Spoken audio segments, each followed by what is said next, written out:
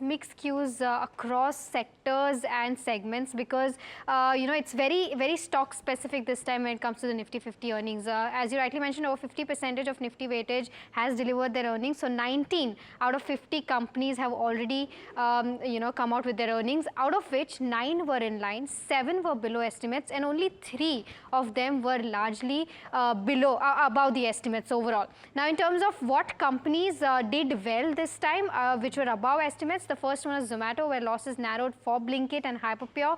The second one, overall, in the terms of top liars, was your JSW Steel and ICICI Bank. ICICI Bank's strong operational profits, PAT, did beat estimates. And the third one was JSW Steel, where overall EBITDA improved on lower coking coal costs as well as better steel prices. Now, counters that did not do well, there were 7 companies that did not meet estimates. Axis Bank, the first one, highest slippages and dropping in overall net interest margins. The second one on the list is Reliance Industries, where EBITDA was below estimates owing to weak performance in all the segments other than Jio.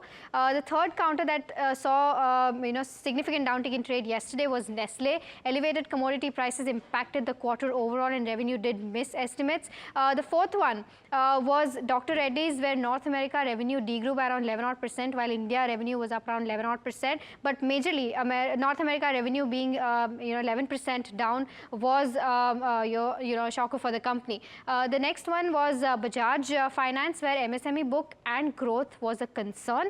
And lastly, there was HCL Technology, where EBIT margins was a miss and the company also lowered their guidance for EBITDA margins. Now, numbers that were largely in line includes Tata Consumer, where margins did shrink sharply.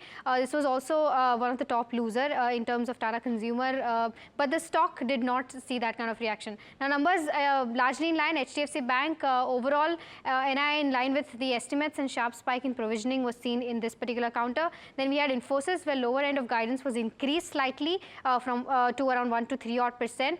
Then we had Tata Consultancy Services, where soft Q1 ramp up in H2 is what the company is expecting. Ultratech expects double-digit volume growth in FY26, and that's something positive for this particular counter. Jio Financial Services business building journey continues to be at a good momentum, and that is why largely numbers were in line. Tech Mahindra, new deal wins met estimates, and that was a positive for the counter.